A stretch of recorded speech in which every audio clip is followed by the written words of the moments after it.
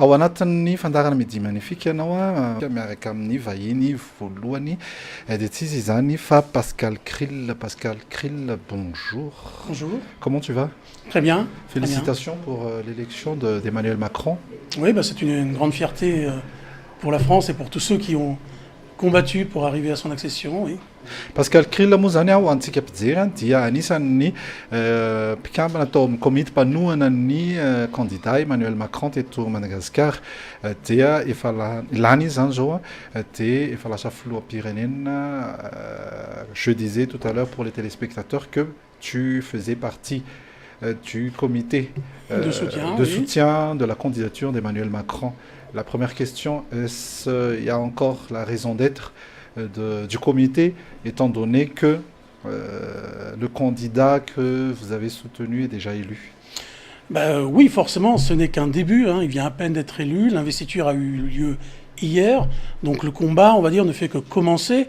Il y a une prochaine échéance qui arrive là immédiatement, sous un mois, c'est les législatives. Il est important qu'Emmanuel Macron ait une majorité de députés pour pouvoir soutenir sa politique et mettre en œuvre le projet qu'on a bâti ensemble. Est-ce que tu as parlé tout à l'heure de l'investiture, justement. J'ai envie de rebondir un peu sur cette cérémonie, parce que pour moi, c'est un signe, c'est un symbole de l'alternance, de la démocratie. Est-ce vraiment le cas? C'est d'abord un grand symbole républicain. On rassemble tout le monde et il y a une passation du pouvoir qui peut être une alternance, comme c'est un peu le cas maintenant, d'accord? Et donc, un président de la République le remplace par un autre. C'est un signe de rassemblement. Tous les Français se retrouvent autour de ça, derrière le gagnant. J'ai remarqué hier, lorsque j'ai suivi, sûrement les téléspectateurs aussi ont remarqué, qu'il y a vraiment une certaine émotion durant la cérémonie. Quoi de plus naturel? Un parti qui est né il y a à peine, enfin un mouvement, pardon, qui est né il y a à peine un an et qui était donné perdant au départ avec, on disait c'est une bulle, ça va éclater, c'est rien, il a aucune chance, et qui a gravi tous les échelons pour arriver jusqu'à gagner les élections et gagner largement les élections, c'est quand même... Il y a de quoi avoir beaucoup d'émotions, en tout cas pour ses proches qui l'ont soutenu, comme le maire de Lyon, M. Coulon. Oui, il a versé quelques larmes lors des félicitations du président élu, devenu président de la République. Mais il y a de quoi. Oui, justement, cette émotion, quelque part, c'est une fierté aussi, c'est une fierté d'avoir un président comme Emmanuel Macron. Pour le président, ce n'est pas... comment dire ça? C'est une pression à part, parce que quelque part, c'est une attente aussi par rapport à...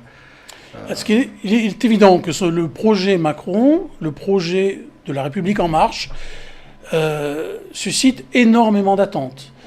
La promesse, c'est quand même de remettre la France sur les bons rails, on va dire, et de rassembler la France autour d'un projet où toutes les énergies vont pouvoir s'exprimer et essayer de porter au mieux cet idéal.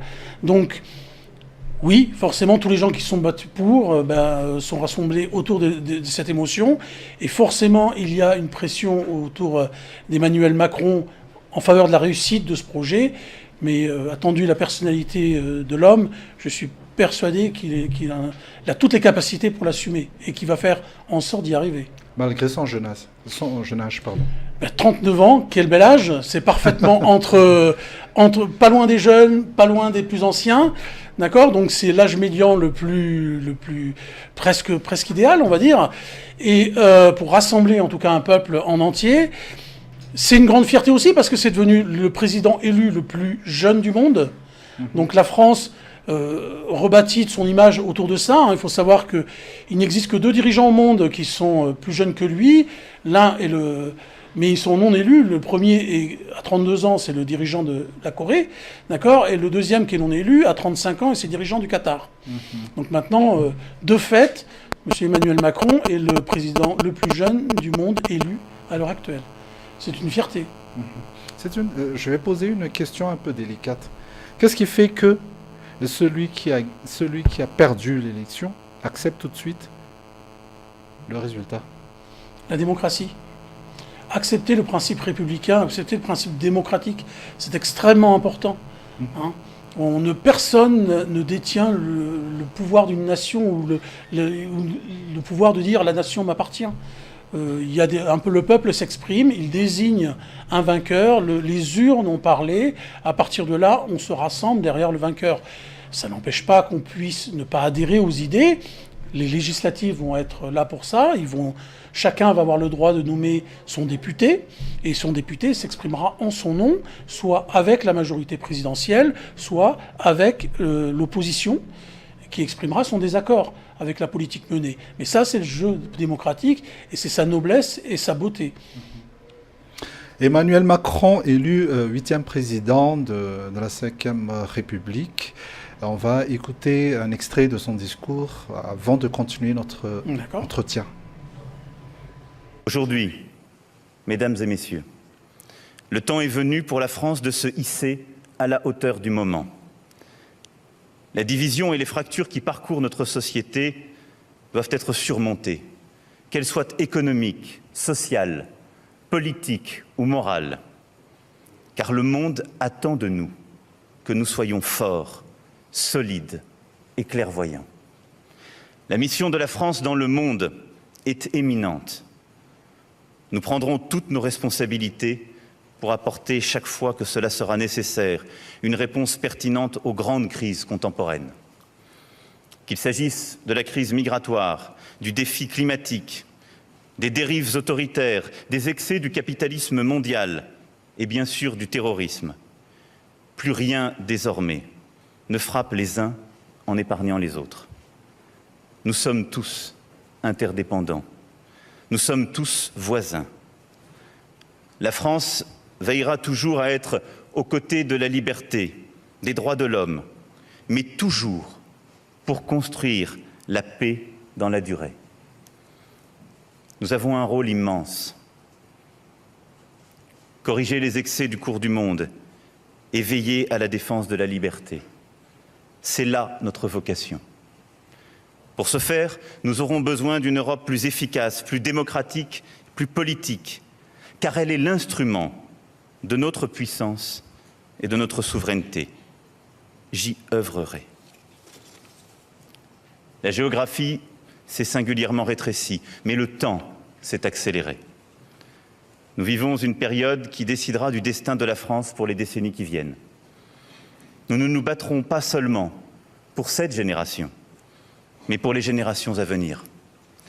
C'est à nous, tous, qu'il appartient ici et maintenant de décider du monde dans lequel ces générations vivront.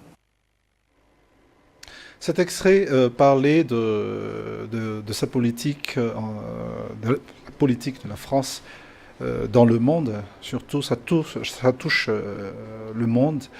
Est-ce que tu as quelque chose à nous à dire sur cet extrait? Oui, on peut. Bon, déjà, je vais noter qu'il parle bien, que ça nous touche à tous. Donc, il y a quand même cette volonté de rassemblement républicain. Hein, c'est le discours présidentiel par excellence. On est là pour rassembler les nations. Ensuite, effectivement, on parle d'esprit gaullien. On dit aussi jupitérien, c'est-à-dire qu'il veut redonner à la fonction présidentielle une vocation d'image de la France, d'accord, et replacer la France dans le concert des nations pour qu'elle exerce pleinement son influence. Hein, donc c'est cet esprit, on va dire, de gaullien, c'est-à-dire on est fier de la France et on va faire partager nos grandes valeurs avec le monde dans un esprit d'interactivité. Il en parle, hein, il n'y a pas de gens qui sont supérieurs à d'autres, on travaille avec des gens en respectant les intérêts de tout le monde. La France œuvre pour la paix, et c'est son message, et il fera respecter les valeurs de la paix. Je pense qu'il fait un petit peu aussi référence à la situation en Syrie ou au mouvement terroriste qui agite un peu le monde et dont la France est victime. Je reviens toujours à la cérémonie d'investiture qui s'est déroulée hier justement. C'est que j'ai remarqué un mouvement d'ensemble, une fierté de la France par rapport aux élections. d'accord, par rapport aux résultats des élections.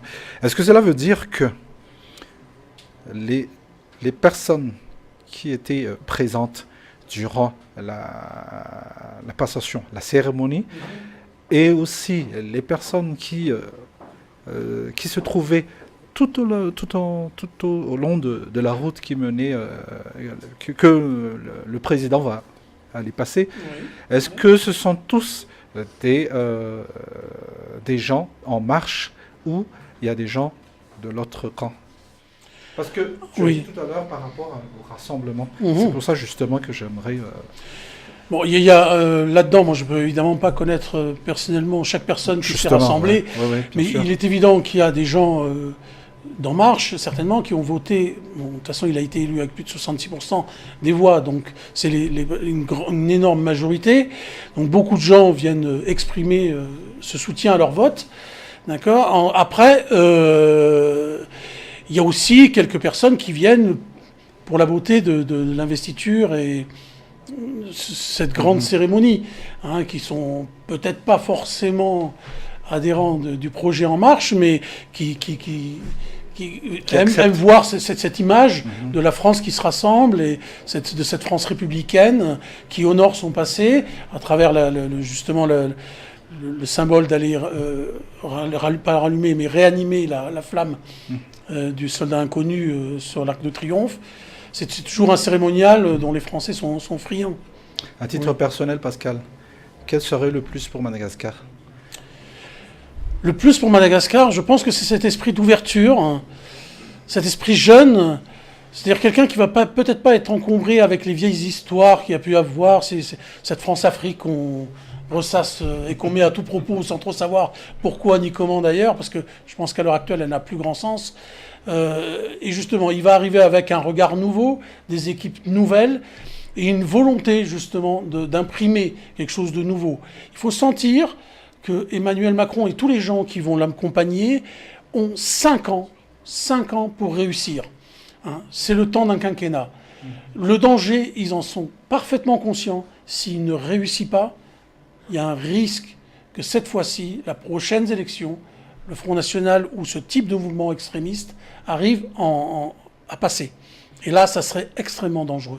Mais justement, Pascal, c'est ça qui m'inquiète un peu, qui m'intrigue un peu. C'est que 5 ans passés, entre 5 ans passés, lors de cette échéance, le résultat, le point obtenu par le Front National évolue toujours. Oui. Est-ce que c'est pas question de... C'est pas question de sursis. Est-ce qu'il y a une pub, toi tu es dans la pub, qui dit toujours que tu l'auras un jour? Oui, déjà, il faut éviter la fatalité, d'accord. Il ne faut pas croire que c'est une vocation inexorable. Ce qu'on ressent dans le vote Front National, c'est pas que les Français soient devenus racistes ou extrémistes du jour au lendemain. C'est qu'il y a eu un ballottement de balancier de droite à gauche. Ils ont eu la gauche, ils n'ont pas été satisfaits. Ils ont eu la droite, ils n'ont pas été satisfaits. Et ils expriment un vote contestataire qui a presque égal a été à gauche avec le mouvement Mélenchon, hein, entre le Front National. Donc tous n'ont pas voulu basculer dans l'extrême droite. Il y a aussi un vote contestataire mélenchoniste, d'accord, à travers la France insoumise. Donc l'expression de cette colère, c'est on a un chômage de masse, l'insécurité monte, et les gens ont la sensation que le pouvoir n'a pas la possibilité de s'exprimer et n'arrive pas à arranger la vie quotidienne des Français. Et à travers ça, forcément, ils expriment ce vote contestataire. Si le chômage baisse et si un certain nombre de mesures importantes sont prises par Emmanuel Macron pour que ça aille mieux et qu'on aille plus dans le sens du vivre ensemble, plus harmonieux et que tout le monde s'y retrouve, forcément, les gens seront moins tentés d'aller voir des courants alternatifs extrêmes. C'est en une phrase. Oui. Ça dépend du mandat d'Emmanuel Macron. Oui. C'est ça? Très clairement. Ouais. Et le facteur important, c'est le chômage. Le chômage baisse, les gens seront plus tranquilles dans leur tête, c'est évident. En tout cas, merci Pascal Cri d'être venu. Je vous remercie aussi, c'était vraiment un plaisir. C'était magnifique. Une première et un plaisir magnifique, oui. Ouais.